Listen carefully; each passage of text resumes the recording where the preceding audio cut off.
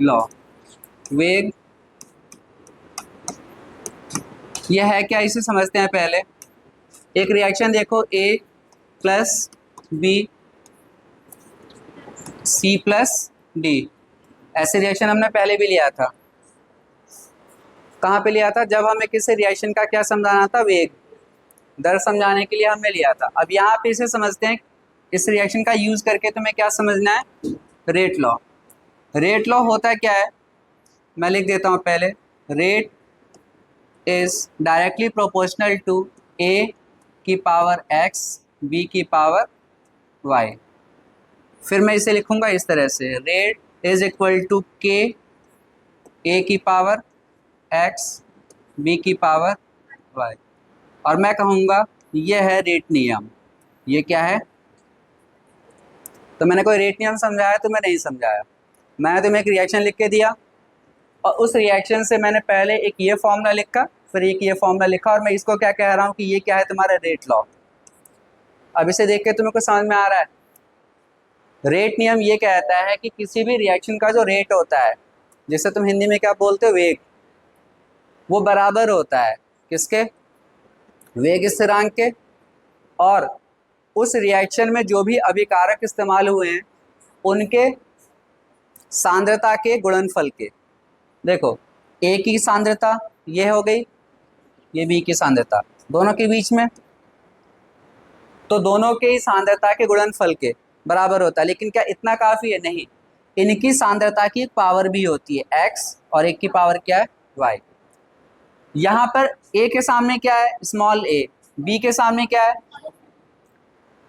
11th class में जो chapter था ना, वहां पे भी ऐसा ही फॉर्मूला था, लेकिन वहां पे x की जगह पर मैंने तुम्हें a लिख के दिखाया था और y की जगह पर, लेकिन यहाँ पर ऐसा नहीं है। यहाँ पर a की जो पावर है वो स्मॉल a होगी, जरूरी नहीं है, हो भी सकती है। हो सकता है कि यहाँ पे जो तुम्हें x दिख रहा है वो क्या हो, जो यहाँ पे तुम्हें y दिख रहा है वो क्या हो, b। लेकिन ये हर बार जरूरी नहीं है। तो इसीलिए हम क्या करते हैं, जब रेट लॉ लिखते हैं तो रेट लिखेंगे, बराबर का साइन लगाएंगे, एक कांस्टेंट लगाएंगे, इसे कहेंगे रेट स्थिरांक या वेग स्थिरांक। ये तो सबसे इंपॉर्टेंट है इस चैप्टर में। अब जो सारा का सारा चलेगा टॉपिक वो इसी पे चलेगा, ठीक है। जो न्यूमेरिकल्स तुम करोगे, जो फॉर्मुलेस पढ़ोगे, सब इसी के पढ़ोगे। किस पे? के लिए। के क्या है यहाँ पे? वैसे तो स्थिरांक है, लेकिन यहाँ पे क्या कहलाएगा, वेग स्थिरांक। इंग्लिश में क्या पढ़ोगे, रेट कांस्टेंट, रेट कांस्टेंट, ठीक है। चलो जरा अब हिंदी की डेफिनेशन देखते हैं ये है क्या, फिर इसे और हम डिटेल में समझेंगे। देखो, किसी दिए गए ताप पर अभिक्रिया का वेग एक अथवा अनेक अभिक्रियकों के तथा उत्पादों की सांद्रता पे निर्भर करता है। लेकिन मेन यहाँ से है, अभिक्रिया वेग का जो रिएक्टेंट होते हैं उनकी सांद्रता के पदों में निरूपण। निरूपण का मतलब, तुम किसी अभिक्रिया का जो वेग है वो दिखा तो रहे हो, लेकिन किसकी मदद से? अभिकारक की सांद्रता की मदद से उसको निरूपित करके दिखा रहे हो। तो तुम कहोगे कि ये कौन सा नियम हो गया, रेट का नियम, रेट लॉ।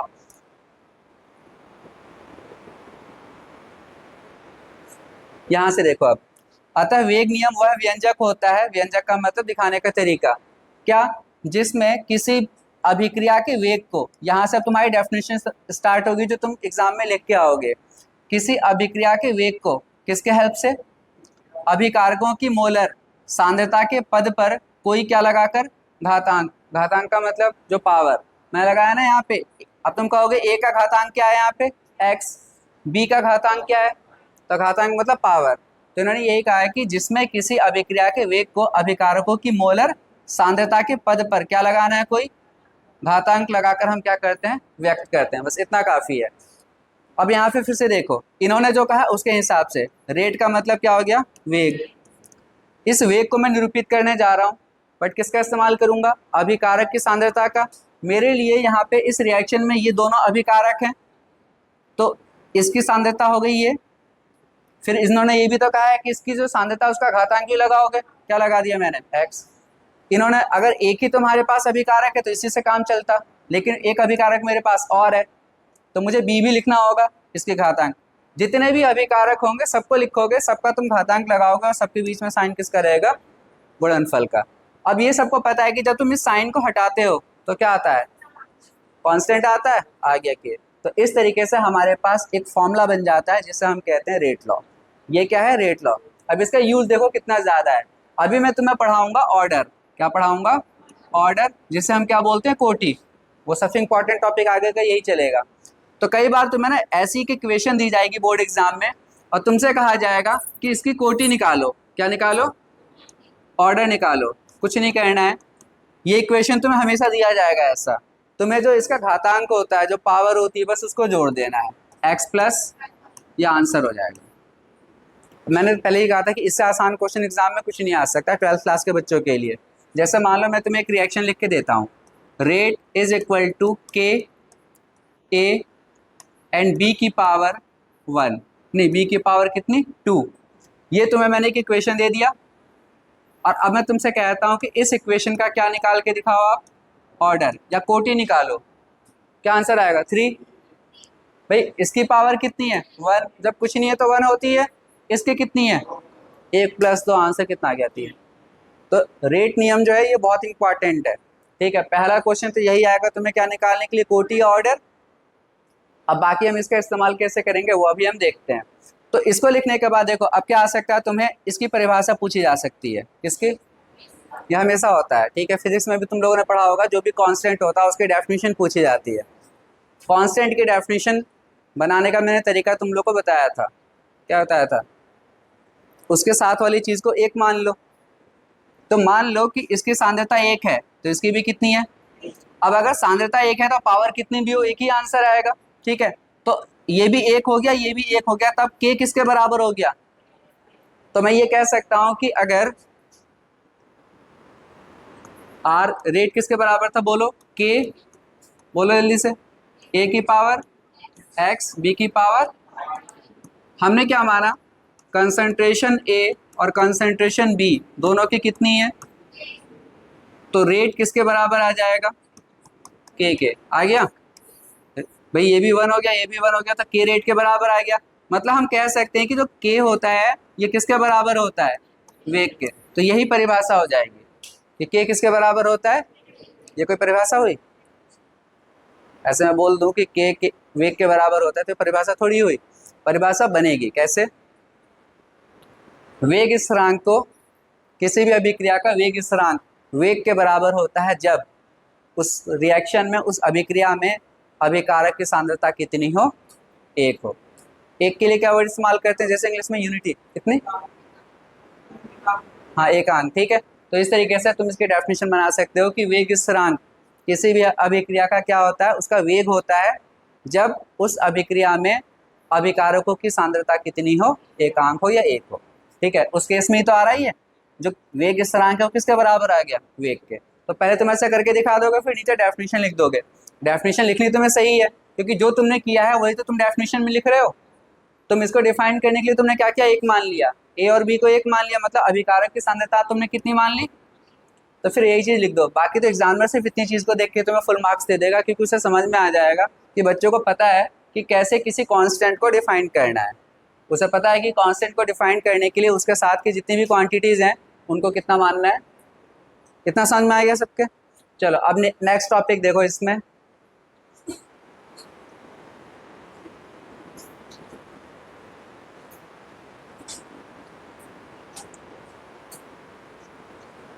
यहाँ पे देखो कोटि की डेफिनेशन भी आ गई। ठीक है, क्या है, किसी अभिक्रिया के वेग नियम, वेग नियम लिखा हुआ आएगा, उस व्यंजक में प्रयुक्त सांद्रताओं के घातांकों का क्या करना है, योग। यही तो मैंने बताया, रेट और रिएक्शन दी होगी, उसमें जो भी तुम्हारे अभिकारक होंगे उनके जो घातांक होंगे, जो उसका क्या होगा, पावर, उसका तुम योग कर दोगे, वो उस रिएक्शन की अभिक्रिया की क्या कहलाएगी। और ये देखो यही क्वेश्चन मैं बार बार तुमसे बता रहा हूँ जो बोर्ड एग्जाम में हर बार पूछते हैं। ये 2 क्वेश्चन देखो कितना आसान है, लेकिन जो बायो वाले हैं उनको तो ये भी टफ लगेंगे। देखो पहला क्वेश्चन क्या है, वेग बराबर के, ए की पावर कितनी है, 1/2, और बी की कितनी है, चलो नया बताओ, इसकी कोटि कितनी है, ऑर्डर कितना आएगा इसका निकल के बताओ। हाफ और हाफ को जोड़ा नहीं जा रहा होगा, है ना। ये देखो दो वाले भी हैं कुछ। इस वीडियो को ऐसे ही डाल दूं मैं।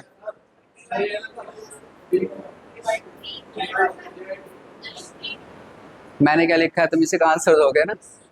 वहां पे क्या लिखा है चलो ठीक है, लेकिन अगर क्वेश्चन इस तरीके से तो मैंने इसका पूछा तुमसे, तुम उसे क्यों देख रहे हो। इसका आंसर तो कितना आएगा। चलो फिर अब उसको कर लेते हैं, उसमें तो आंसर भी दे रखा है क्या। ठीक है, हाफ है और ये 3/2 है, तो इसका आंसर कितना आएगा 2।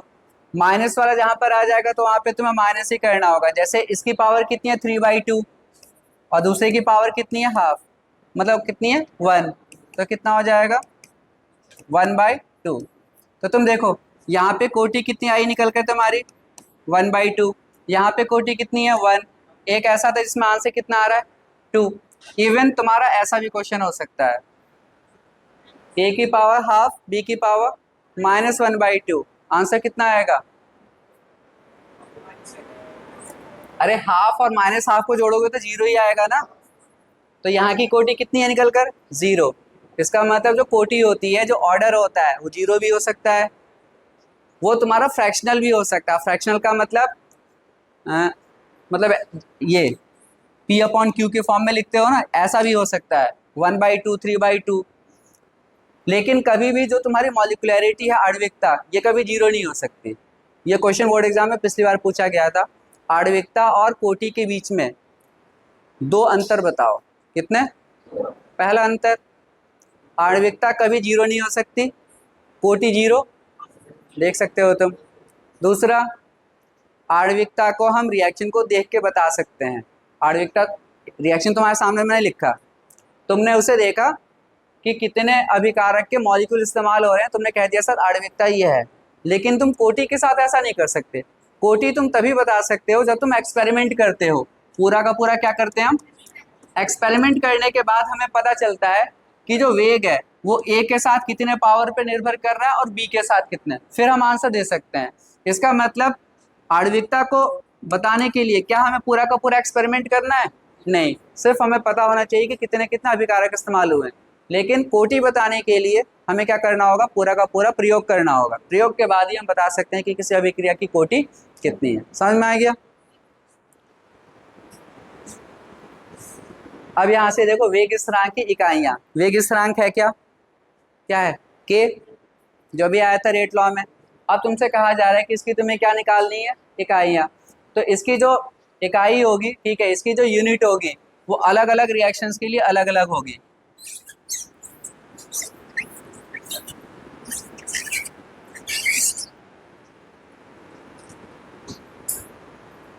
ऑर्डर ऑफ रिएक्शन,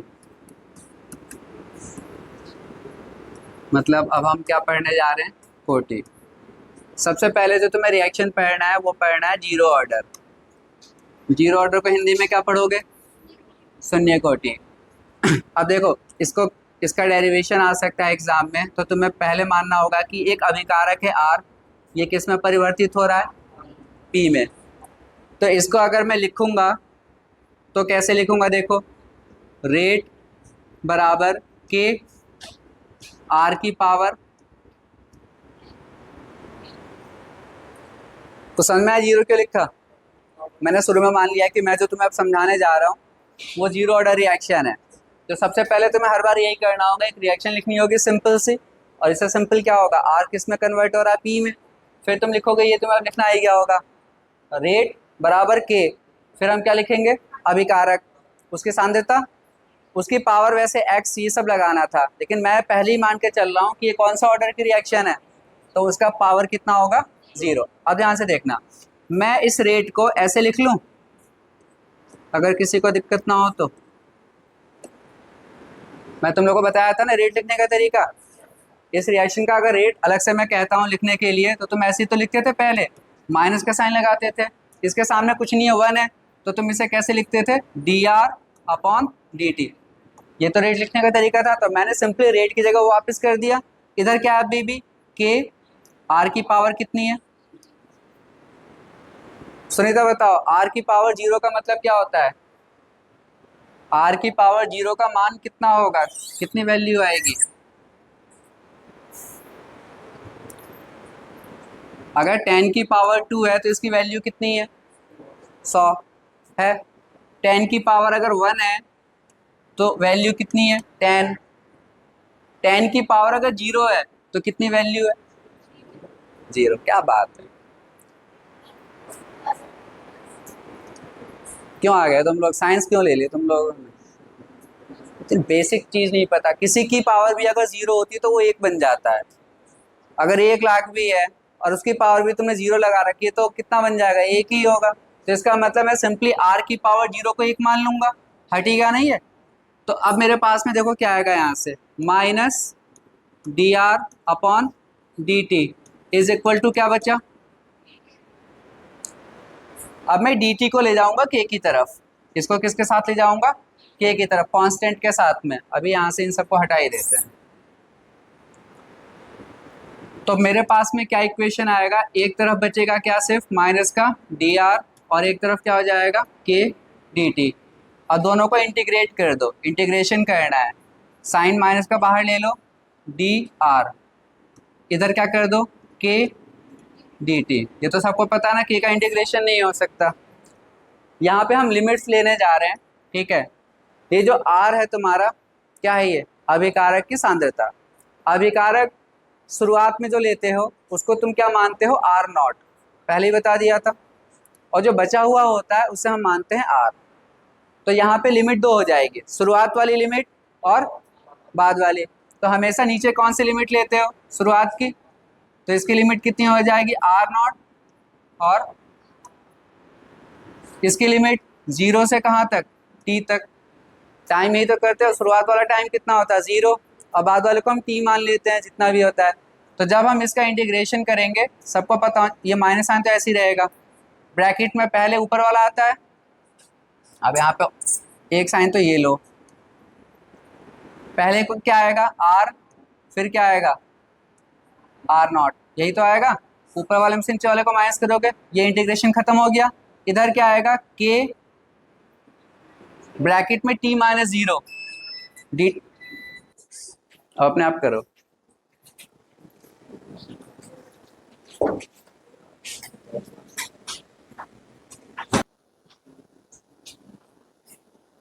चलो दोबारा से देखो,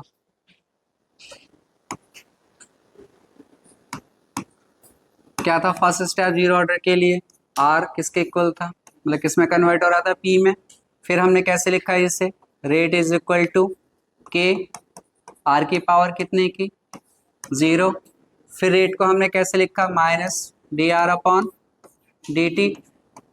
के आर की पावर 0 का मतलब 1। फिर हमने डी टी को उसके साथ ले गए के साथ, तो इधर क्या बचा? सिर्फ डी आर, इधर क्या हो गया? के डी टी। नेक्स्ट स्टेप में हमें इसे क्या करना है? इंटीग्रेट। लिमिट क्या लेनी है? आर नॉट से आर, यहाँ पे यही हो रहा है। और इधर क्या बचा? डी आर, ठीक है। और इधर क्या है हमारे पास? के डी टी, इसकी लिमिट 0 से टी, इतना ही तो है। फिर माइनस का साइन हम ऐसे ही रहने देते हैं, और हमें पता है कि डी एक्स का इंटीग्रेशन कितना होता है? एक्स। डी एक्स का एक्स, डी वाई का वाई, और जो लिमिट होती है उसको अंदर हम 2 बार सॉल्व कर लेते हैं। तो डी आर का इंटीग्रेशन होगा तो आर, लेकिन अब आर की 2 मान है, ये और ये। तो इसमें से तुम इसको माइनस करोगे ऊपर वाले में से नीचे वाले का, तो क्या हो जाएगा? R minus R naught, bracket close. इधर आ जाओ, के तो ऐसे ही रहा। अब यहाँ पर dt का इंटीग्रेशन t होगा, तो एक t का मान t और एक t का मान 0, तो जाहिर सी बात है बचेगा सिर्फ यहाँ पे क्या? t ही बचेगा, kt। अब इसे हम सॉल्व कर लेते हैं, माइनस को अंदर ले जाओ, तो ये तो रहेगा माइनस का r, minus minus r not, इधर क्या चल रहा है? kt। मुझे सिर्फ k का मान निकालना है, हमेशा इस स्थिरांक का मान ही निकालना होता, फॉर्मूला तभी बनेगा। तो k का मान कितना हो गया? r not minus r upon T. ये फॉर्मूला आ गया पहला हमारा, किसके लिए? For zero order. तो आसान फॉर्मूला है बहुत ही। जीरो ऑर्डर का जो वेग स्थिरांक होता है, जो रेट कांस्टेंट होता है, वो किसके बराबर होता है? जो भी अभिकारक की प्रारंभिक सांद्रता थी, इनिशियल कॉन्सेंट्रेशन, ये फाइनल कंसंट्रेशन, और नीचे किससे डिवाइड करते हो? टाइम से। तो ये सिंपल है, लेकिन फर्स्ट ऑर्डर में थोड़ा सा अलग फॉर्मूला आएगा। इसे नोट कर लो।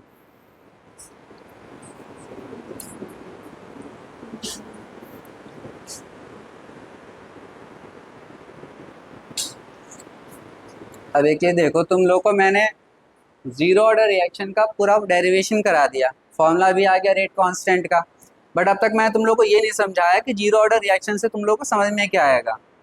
मैं इतनी देर से बोल रहा हूँ ना, जीरो ऑर्डर शून्य कोटि की अभिक्रिया, इसका मतलब क्या होता है? ये तो चलो फॉर्मूला है जिससे कि हम न्यूमेरिकल सॉल्व करेंगे। इसका मतलब क्या होता है? मतलब ये होता है कि किसी भी अभिक्रिया को हम शून्य कोटि की या जीरो ऑर्डर की रिएक्शन कब कहते हैं? जब उस रिएक्शन का, ध्यान से समझो, जब उस रिएक्शन का जो रेट होता है ना, वो अभिकारक की सांद्रता पे निर्भर करता है या नहीं करता? नहीं करता है। देखो आर की पावर कितनी थी, हट गया नहीं हट गया यहाँ पे?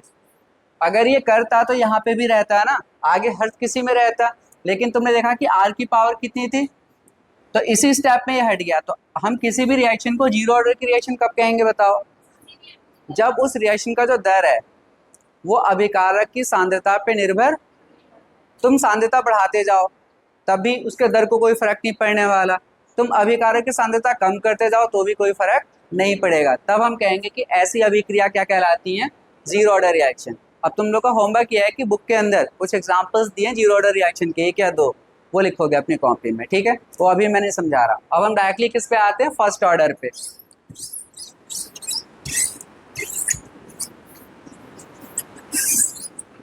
पहले मैं फर्स्ट ऑर्डर समझा देता हूँ, फिर मैं तुम लोगों को ना दोनों के एग्जाम्पल एक साथ समझा दूंगा। पहले इस पे फोकस करो, इस डेरिवेशन को कंप्लीट करते हैं। अब कौन सी रिएक्शन करनी है हमें? फर्स्ट ऑर्डर रिएक्शन, प्रथम कोटि, ठीक है? बिल्कुल सिंपल है, जैसे तुमने शून्य कोटि की अभिक्रिया लिखी थी वैसी एक जनरल रिएक्शन मान लो, आर किस में कन्वर्ट हो रहा है? पी में। तो फिर मैं अब इसके लिए क्या लिखने जा रहा हूँ? सबसे पहले क्या लिखूंगा? रेट। क्या लिखूंगा? रेट बराबर के आर की पावर, बोलो कितनी? 1। शून्य कोटि में जीरो लगाया था, अब कितनी लगा दोगे? फिर इसकी जगह वही लिखोगे, क्या? माइनस डी आर अपॉन, इधर यही रहेगा के आर। अब इस बार तो हटेगा नहीं ना आर, फिर पहले जीरो था तो आर की पावर 0 1 हो गया था, अब तो आर की पावर ही 1 है, तो ये हमेशा रहेगा। अब हम इसे कैसे सॉल्व करेंगे? देखो इसमें डी आर है, इसमें आर है, तो इंटीग्रेट करने का तरीका ये होता है कि जो सेम टर्म्स होते हैं एक तरफ कर लेते हैं। तो मैं डी आर के नीचे क्या ले आऊंगा? आर। समझ में आ रहा है क्यों? डी आर के साथ आर आएगा क्योंकि दोनों एक जैसे हैं, और डी टी हमेशा के साथ जाएगा, तो क्या आ गया? डी आर अपॉन, इधर क्या आ गया? के डी टी। कौन सी इक्वेशन है ये? कितने बच्चों को डी एक्स अपॉन एक्स का इंटीग्रेशन पता है क्या होता है? डी एक्स अपॉन एक्स का इंटीग्रेशन कितना होता है? नहीं तुम लोग छोड़ो मैथ्स वाले, ये कुछ ऐसी चीज तो नहीं पूछ ली ना जो कभी सुना नहीं हो, कभी देखा नहीं हो। डी एक्स अपॉन एक्स का इंटीग्रेशन कितना होता है? Log X. कितना होता है?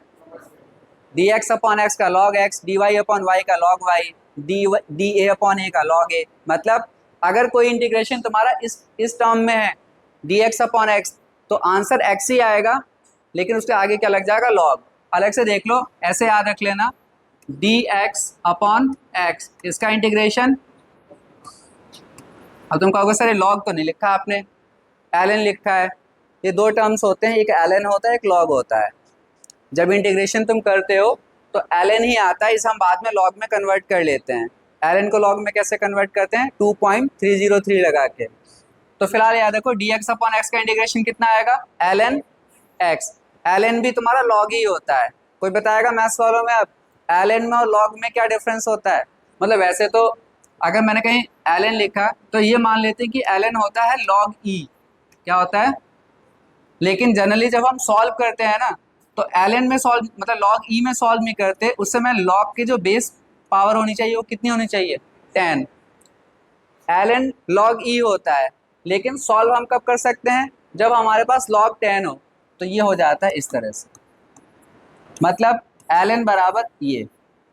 इससे क्या फायदा होगा? जो तुम्हारे पास लॉग टेबल है पीछे बुक में, वो लॉग टेबल का जो मान दिया गया है ना, जो मान दिया गया है वो इसकी मदद से दिया गया है, लॉग 10 की मदद से, ना कि लॉग ई की मदद से। तो इंटीग्रेट करते समय तुम्हारे पास पहले ही आएगा, हम पूरा डेरिवेशन करेंगे और आखिरी में हम ln को किस में परिवर्तित कर देंगे, किस में कन्वर्ट कर देंगे, ये बहुत आसान है। तो करना स्टार्ट करते हैं, चलो ठीक है। अब देखो हमें क्या करना है, डी आर अपॉन आर, ये है साइन कैसा है बाहर माइनस का, और इधर किसका इंटीग्रेशन करना है तुम्हें, के और डी टी। फिर से वही लिमिट लगा दो जो पहले थी, तो लिमिट थोड़ी चेंज होगी। स्टार्ट में तुम कंसंट्रेशन कितना लोगे, आर नॉट, और बाद में बचेगी आर, तो लिमिट अभी भी हमारी वही रहनी है आर नॉट, और यहाँ की लिमिट बोलो 0 से, बढ़िया। देखो अब थोड़ा सा समझते हैं, मैं अभी लिमिट को हम ऐसे ही रहने देंगे, अभी मैं लिमिट नहीं लगाने जा रहा हूँ, तो लिमिट को मैं अब इस तरफ लिख लेता हूँ आर नॉट और आर, क्योंकि अभी तेरा अंदर वाली सब चीज़ समझ लो तुम।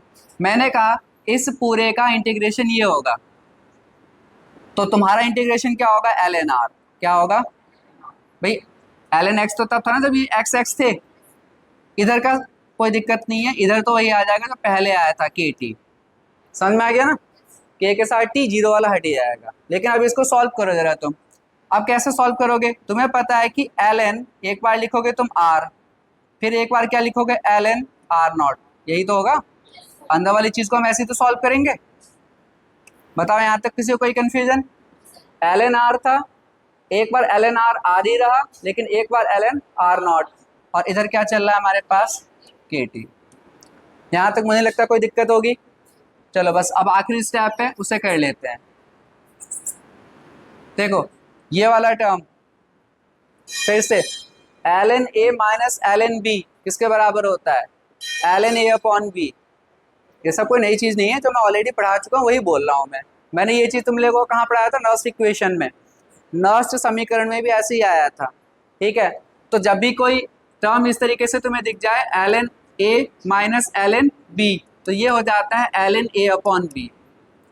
दो चीज़ें अगर एल एन में है और माइनस का साइन है तो डिवाइड में आ जाती हैं। तो मैं इसको कैसे लिखूं बताओ, अब इसका यूज करके जल्दी बोलो, एल एन ऊपर क्या लिखूं आर, नहीं रुको, तुम लोग तो कुछ बताओगे नहीं, माइनस नहीं चल रहा है क्या, ये माइनस से मैं अंदर ले जाऊंगा तो एल एन आर का होगा और ये प्लस का होगा, तो L N R naught minus R बन जाएगा, क्या बन जाएगा L N R naught minus R, तो ऊपर तो तुम्हारा रहेगा आर नॉट और नीचे आर, ठीक है। इधर क्या चल रहा है के टी, समझ में आ गया।